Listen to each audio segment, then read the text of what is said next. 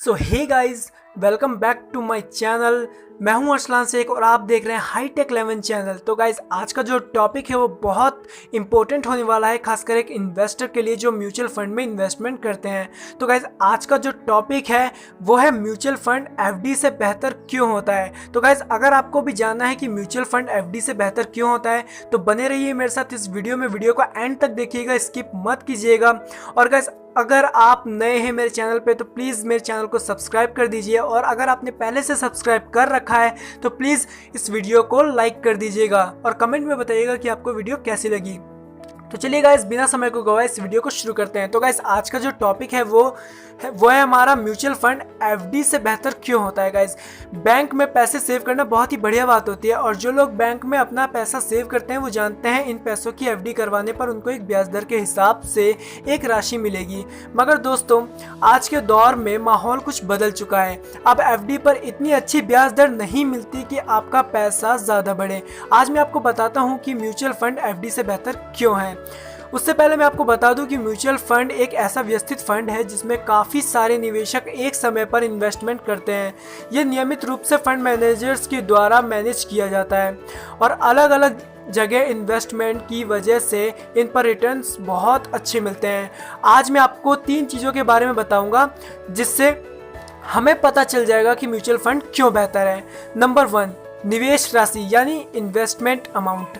बैंकों द्वारा एक निर्धारित न्यूनतम सीमा होती है, जिसका मतलब है आपको एफडी में निवेश करने से पहले एक न्यूनतम राशि बचानी होगी। इसके बाद ही आप फिक्स्ड डिपॉजिट यानी एफडी में इन्वेस्टमेंट कर सकते हैं। यही नहीं, एफडी में आपको 12 से 60 महीने तक का वेट करना पड़ेगा। हालांकि निवेशक यानी इन्वेस्टर्स को हर 3 महीने में बचत खाते में चेक या डायरेक्ट ट्रांसफ़र से ब्याज मिलता है। अगर आप चाहते हैं तो यह एफडी में रिटर्न को दोबारा इन्वेस्टमेंट कर सकते हैं। म्यूचुअल फंड के मामले में आप अपने अनुसार एक साथ इन्वेस्टमेंट कर सकते हैं या एसआईपी इन्वेस्टमेंट योजना बनाकर मंथली इन्वेस्टमेंट कर सकते हैं। म्यूचुअल फंड का कोई कार्यकाल नहीं होता है। हालांकि आदर्श निवेश समय 1 वर्ष, यानी गाइस जो आदर्श का इसका टाइम होता है, आदर्श निवेश इन्वेस्टमेंट का इसका टाइम होता है गाइस 1 साल का, क्योंकि इससे पहले अगर आप पैसा निकालेंगे तो आपको अलग से फीस देनी पड़ेगी। चलिए गाइस, अब बात करते हैं नंबर 2 की, जो है रिटर्न्स। चलो गाइस, फिक्स्ड डिपॉजिट यानी एफडी और म्यूचुअल फंड दोनों के प्रदर्शन के बारे में बात करते हैं। गाइस, यदि हम भारत के अलग अलग बैंकों की दरों को देखें तो प्रस्तावित ब्याज दर लगभग 6% या उससे कम होता है। म्यूचुअल फंड कई तरह के होते हैं, इसलिए इससे पहले कि हम एफडी के साथ इसकी तुलना करना शुरू करें, आइए म्यूचुअल फंड के बारे में कुछ बातों को जान लेते हैं। गाइस, बात करते हैं बैलेंस्ड और डेट फंड की। इसमें लंबे समय में मध्यम जोखिम के साथ अच्छे रिटर्न हासिल होते हैं। डेट फंड लगभग 9% का रिटर्न देते हैं, जबकि बैलेंस्ड फंड बाजार के आधार पर 22% तक हो सकता है। तो गाइस, अब बात करते हैं नंबर 3 यानी टैक्स सेविंग की। Guys, income tax act section 80C के तहत टैक्स को बचाने के लिए इन्वेस्टमेंट किया जा सकता है। 1.5 लाख तक के निवेश पर कर बचत की अनुमति मिल जाती है। फिक्स्ड डिपॉजिट यानी एफडी और म्यूचुअल फंड के लिए भी यही लागू होता है। हालांकि फिक्स्ड डिपॉजिट यानी एफडी में एक बुनियादी खामी है कि आप कैसे टैक्स बचा सकते हैं। डेब्ट फंड्स के मामले में जो भी रिटर्न्स आपको मिलेगा उसके ऊपर टैक्स लगेगा अगर आप उसे 3 साल से पहले बेचते हैं तो, और वहीं पर अगर आप 3 साल के बाद अपने यूनिट्स बेचते हैं तो टैक्स ना के बराबर होता है।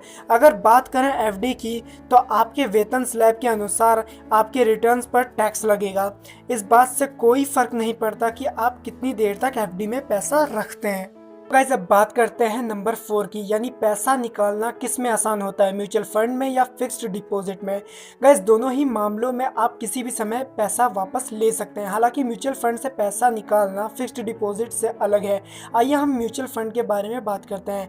एमएफ में यदि कोई इन्वेस्टर 1 वर्ष से पहले सभी इन्वेस्टमेंट को निकालना चाहता है तो उसे कुछ फीस देनी पड़ती है। हालांकि 1 वर्ष के बाद ये शून्य यानी 0 हो जाता है और व्यक्ति टैक्स का भुगतान करने के बाद अपने रिटर्न्स का आनंद भी ले सकता है। जबकि दूसरे छोर पर एफडी खाते से समय से पहले पैसा निकालने पर बैंक बहुत ज़्यादा फीस लेता है। सबसे अधिक बैंक प्री मैच्योर विड्रॉल के एक हिस्से के रूप में जुर्माना वसूलते हैं और व्यक्ति को उम्मीद के मुताबिक रिटर्न भी नहीं मिलता। तो दोस्तों, बात को ख़त्म करते हुए मैं ये बताना चाहता हूँ कि हर चीज़ के फ़ायदे और नुकसान होते हैं। जहाँ म्यूचुअल फंड आपको ज़्यादा रिटर्न्स देंगे, आप पैसा आसानी से निकाल सकते हैं, आप टैक्स बचा सकते हैं, वहीं पर रिस्क भी म्यूचुअल फंड में ज़्यादा होता है। फिक्स्ड डिपॉजिट की बात करें तो यहाँ रिस्क कम होता है और पैसा सुरक्षित रह सकता है, मगर आपका पैसा एक तरह से लॉक होकर रह जाता है और आपको अधिक फीस देकर अपना पैसा छुड़वाना पड़ता है। अगर आप पैसा निकालने का निर्णय लेते हैं तो दोस्तों, आप सोच समझकर अपना फैसला करना गाइज, उसके हिसाब से ही आप अपना इन्वेस्टमेंट कीजिएगा।